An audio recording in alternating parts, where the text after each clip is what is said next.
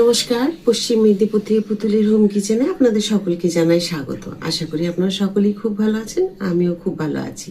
আজকে আপনাদের তৈরি করে দেখাবো শীতের খেজুর গুড় বা নলেন গুড়ের মাখা সন্দেশ। তো এই মাখা সন্দেশ তো আপনারা সবাই হয়তো কম বেশি জানেনই, হয়তো তৈরিও করেছেন, কিন্তু আজকে আমি যেভাবে তৈরি করব দেখে নিন। খুব সহজভাবেই দেখিয়ে দেব মাখা সন্দেশ। আর বেশ সুন্দর, এখন একটা বেশ ঠান্ডাটা পড়েছে, তো হয়তো এর থেকেও বেশি ঠান্ডা হবে, এখন আবার পড়বে। তো ডিসেম্বর মাসটা পুরোটা মানে এখনো যে কটা দিন আছে আরও জাঁকিয়ে ঠান্ডা পড়বে। আর এই ঠান্ডার সময় কিন্তু দেখবেন রুটি লুচি পরোটার সাথে কিন্তু একটু মিষ্টি ভালো লাগে খেতে। তো তার মধ্যে কিন্তু মাখা সন্দেশটা ভীষণ ভালো লাগে। এক প্যাকেট দুধ আমি দিয়েছি, আর এক প্যাকেট এই যে দেবো এখানে আমি। অল্প একটু প্রথমে জল দিয়েছি, মোটামুটি ধরে নিন হাফ কাপের থেকেও কম। ফুল ফ্যাট দুধ দেবেন, তাহলে কিন্তু ভালো। দেখুন আপনাদের দেখাচ্ছি ফুল ফ্যাট কেমন দুধ, এই যে এতটাই মানে ক্রিমি ভাব, সেটা আপনাদের দেখাচ্ছি। দেখুন কতটা ক্রিমি, দেখুন দুধটার মধ্যে। এটা হচ্ছে ফুল ফ্যাট দুধ, তো এটা কিন্তু নিলে খুব ভালো কিন্তু ছানাটা তৈরি হবে। তো সেটাই দেখিয়ে দিচ্ছি আপনাদের, আবার দেখিয়ে দিচ্ছি। দেখুন প্যাকেটের ভেতর থেকে কিভাবে মানে জমে গেছে। এই যে দেখুন, হয়তো এটাকে বের করলে এখানে জমে আছে আরো। দুধ খুব সুন্দরভাবে দেখুন ফুটে গেছে, একদম মানে ওপর পর্যন্ত চলে এসেছিল দুধ। আমি গ্যাসের ফ্লেমটাকে কমিয়ে দিয়েছি। এখানে আমি 4 চামচ ভিনিগার আর হাফ কাপ জল দিয়ে ভিনিগার আর জল রেডি করে নিয়েছি। এখানে আমি গ্যাস ফ্লেমটাকে একদম বন্ধ করে দিলাম, করে দিয়ে ফুটন্ত অবস্থায় দেবো না, তাহলে শক্তটা মানে ছানাগুলো না বেশ শক্ত শক্ত হয়ে যাবে, তাহলে কি মাখা সন্দেশ ভালো হবে না। তো সেই কারণে আমি কি করব, অল্প একটু করে করে জল দিয়ে দিয়ে ছানাটাকে কাটিয়ে নেব।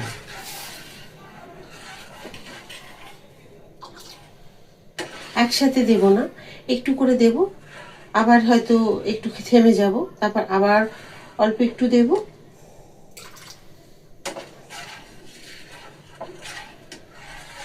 আর আস্তে আস্তে করে নাড়বো। দেখুন এই ছানা কাটতে শুরু করে দিয়েছে, আবার একটু দেব। যদি আপনাদের পরিমাণ যদি মনে হয় কম হয়েছে, ছানা কাটলো না, তাহলে আবার 2 ঢাকা হয়তো কি 1 ঢাকা একটুখানি আবার এইভাবে জল করে নেবেন, করে নিয়ে মানে দিয়ে দেবেন, দেবেন কেটে যাবে। তো আশা করি এর বেশি লাগে না। দেখুন আমি তো দিইনি এখনো, পুরো জল দিইনি, তাতেই কিন্তু হয়ে গেছে। এই যে দেখুন, এই যে আপনাদের দেখাই, এই দেখুন, দেখুন ছানা রেডি। এখনো জল আমার বাকি আছে, তো এটুকু দিয়ে দিলাম, ভালো করে হয়ে গেল। দেখুন দেখেছেন কি সুন্দর হয়েছে ছানা।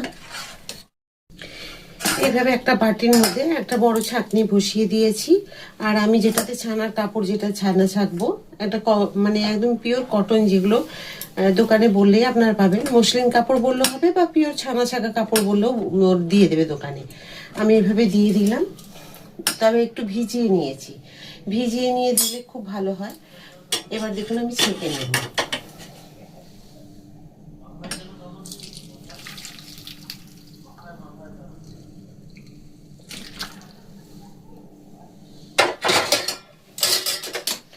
এই যে দেখুন, যেহেতু আমি ছানাকে ভিনিগার দিয়ে কাটিয়েছি, তার জন্য এটাকে দুবার ভালো করে একটু ঠান্ডা জল দিয়ে ধুয়ে নিতে হবে।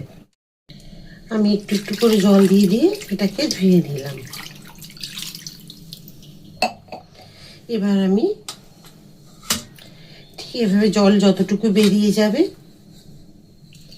দেখুন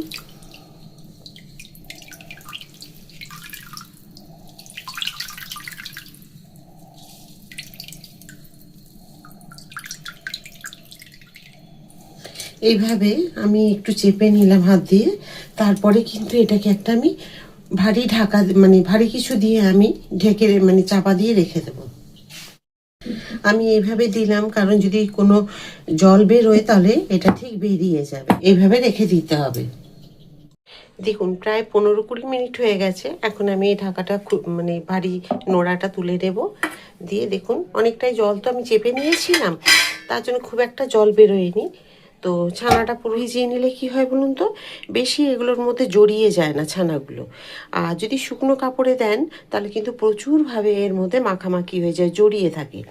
এই কারণে একটু ভিজিয়ে নিয়ে করলে খুব ভালো হয়। যদি মনে হয় ভিজিয়ে করবেন ভালো, তাহলে কাজটা সুবিধা হবে। আর যদি না করলে আবার অনেকটা মানে ছানা বা পনির যেটাই তৈরি করুন না কেন, অনেকটা ওর মধ্যে জড়িয়ে থাকে। দেখুন কি সুন্দর হয়েছে, এত নরম। আমি দেখবেন যখন এটাকে পুরো মাখিয়ে নেব আপনাদের দেখাবো।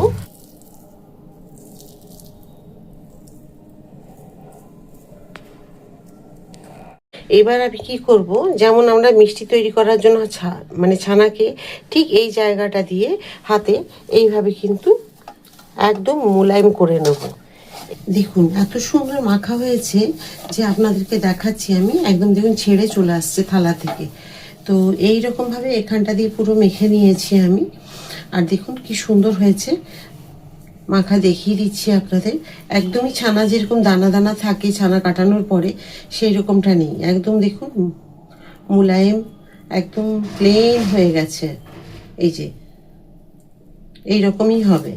তো চলুন এখানে আবার আপনাদেরকে দেখিয়ে দিই, এটাকে এক জায়গায় করে নিই। এখানে দেখুন আমি একটু দুধ, মানে গুঁড়ো দুধ যে কোনো আপনারা নিতে পারেন।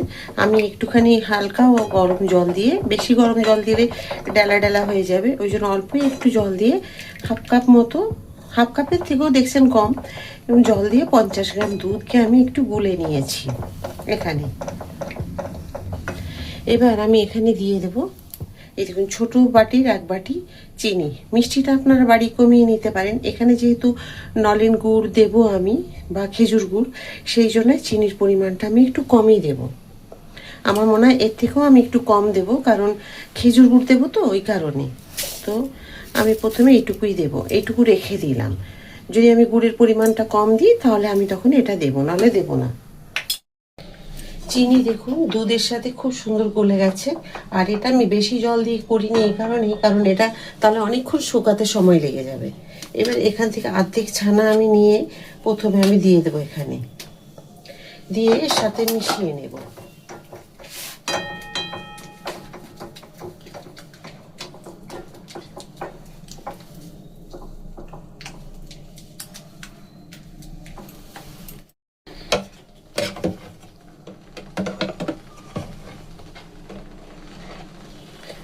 এক চামচ দিয়ে দেবো ঘি।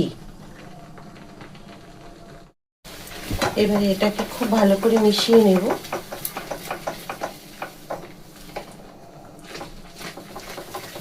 একদম লো ফ্লেমে রাখতে হবে। এবার দিয়ে দেবো বাকি ছানাটুকু, এই যে যেটুকু আছে সেটা দিয়ে দেব।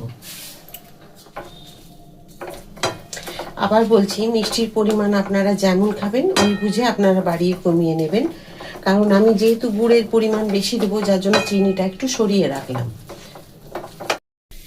এবার দেখুন যে বাটিতে আমি চিনিটা রেখেছি ওখানে ওই বাটিরই 1 বাটি গুড় প্রথমে আমি আগে দিয়ে দেব। ঠিক এইভাবে স্প্যাচুলাটা দিয়ে এইভাবে মেখে, মানে চেপে চেপে ভেঙে নিতে হবে, কারণ গুড় দেওয়ার পরে একটুখানি দানা দানা তো হবেই। আপনারা তো জানেনই গুড় দিলে সব জিনিসটায়, যেহেতু ছানা, আমি এই ছানাটাকে পুরো মেখে একদম পুরো হাত দিয়ে একদম মোলায়েম করে নিয়েছি। তো দেখুন আমি আর একটু গুড় দেব, এইটুকুখানি দিয়ে দিলাম, ব্যাস। মানে 1 বাটি দিয়েছি, এই বাটিটার ভর্তি, তার থেকে ধরুন এইটুকুখানি, মানে হয়তো 1.5 চামচ মতো, বড় চামচের হবে, ওইটুকুই দিয়েছি, আর কিন্তু দিইনি।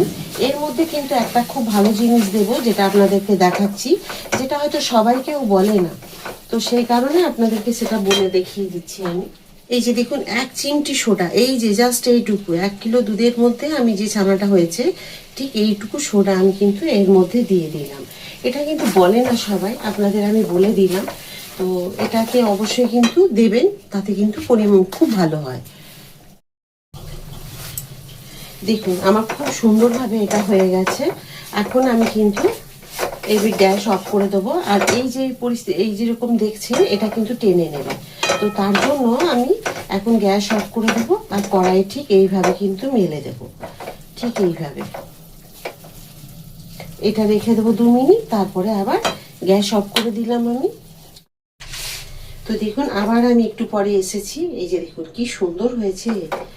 যেমন আমরা দোকানে মানে মাখা সন্দেশ খেয়ে থাকি তার থেকেও যেন শতগুণ বেশি সুন্দর হয়েছে। হয়তো আমি করেছি নিজে বলে আমি বলছি না, আপনারা যদি আমার এই ভিডিওটা দেখে আপনারা তৈরি করেন তখন আপনারাও নিজেকে গর্ববোধ করবেন যে। তো দেখুন এবার আমি এটাকে নামিয়ে কি সুন্দর হয়েছে দেখুন দেখতে। এইভাবে কিন্তু আমি এগুলোকে তুলে আর একটা ডিশের মধ্যে এভাবে সাজিয়ে নেব। দেখেছেন কি সুন্দর হয়েছে দেখতে। মিষ্টির দোকানে দেখবেন এইভাবে কিন্তু মাখা সন্দেশগুলোকে রেডি করা থাকে, আর এইভাবে যদি আপনারা বাড়িতে তৈরি করে নিতে পারেন খুব অল্প সময়ের মধ্যে, আর আমি খুব সহজে দেখিয়েছি, এটা নিশ্চয়ই আপনারা দেখেছেন অন্যান্য ভিডিও দেখবেন যে হয়তো, আর আমার ভিডিওটাও দেখবেন খুব সহজে আমি এটা দেখিয়েছি আপনাদেরকে। আমি যে কাজু কিশমিশগুলোকে কেটে রেখেছি দেখুন, আমি যদি গোটা গোটা সাজিয়ে দিই গোটা গোটা কিন্তু খাওয়া সেইভাবে হয় না। তো সে কারণে আমি যদি এইভাবে এগুলোকে মিশিয়ে সুন্দরভাবে সাজিয়ে দিই দেখুন। এখন দিয়ে দিলাম আমি দুটোকে এইভাবে। তো দেখুন আমি যেভাবে মাখা সন্দেশ করেছি আশা করি আপনাদের সকলেরই খুব ভালো লেগেছে, আর খুব সহজভাবে আমি দেখেছি আপনাদের সহজও লাগবে। তো এইভাবে যদি একবার মাখা সন্দেশ বাড়িতে তৈরি করে দিতে পারেন, হঠাৎ করে যারা মিষ্টি প্রেমী আমার মতো, আমি প্রতিটা ভিডিওতেই বলি মিষ্টি তৈরি করার সময় মিষ্টি খেতে আমি খুব ভালোবাসি, আমার পরিবারের সকলেই ভালোবাসে, সবথেকে বেশি ভালোবাসি আমি। কারণ মিষ্টি যখনই তৈরি হয় সব থেকে বেশি পরিমাণটা আমিই খাই বাড়িতে। তো সেই কারণে আমি খুব মিষ্টি প্রিয় বলেই আমি প্রচুর মিষ্টিও বাড়িতে তৈরি করি নানান রকমভাবে। আশা করি আপনারা দেখেছেন আমি যেসব মিষ্টির ভিডিও আপনাদের কাছে নিয়ে এসেছি, দেখেছেন আপনারা। আবার আগামী দিনে অনেক কিছুই দেখাবো মিষ্টিগুলো। তো আজকের যে মাখা সন্দেশ আমি তৈরি করলাম খুব সহজভাবে, আপনাদের নিশ্চয়ই ভালো লাগবে আজকের এই মাখা সন্দেশ। আর ঝটপট করে তৈরি করে নিই এই নলেন গুড় বা খেজুর গুড় দিয়ে। শীতের সময়তে তৈরি করলে কিন্তু এর স্বাদ কিন্তু দ্বিগুণ, মানে অনেক ভালো লাগবে আপনাদের খেতে। তো যদি ভালো লেগে থাকে তো লাইক সাবস্ক্রাইব আর শেয়ার করে আমার সাথে থাকবেন, যেমন প্রতিটা ভিডিওতে আপনারা সকলেই আমার সাথে থাকেন। নতুন বন্ধু পুরনো বন্ধু সকলকে আমার পরিবারের মধ্যে অসংখ্য ধন্যবাদ। মানে তো সাথে থাকুন, আবার একটা নতুন ভিডিওতে নতুন কিছু রান্না নিয়ে আপনাদের সকলের কাছে আমি চলে আসবো। সবাই খুব ভালো থাকুন, সুস্থ থাকুন, নমস্কার।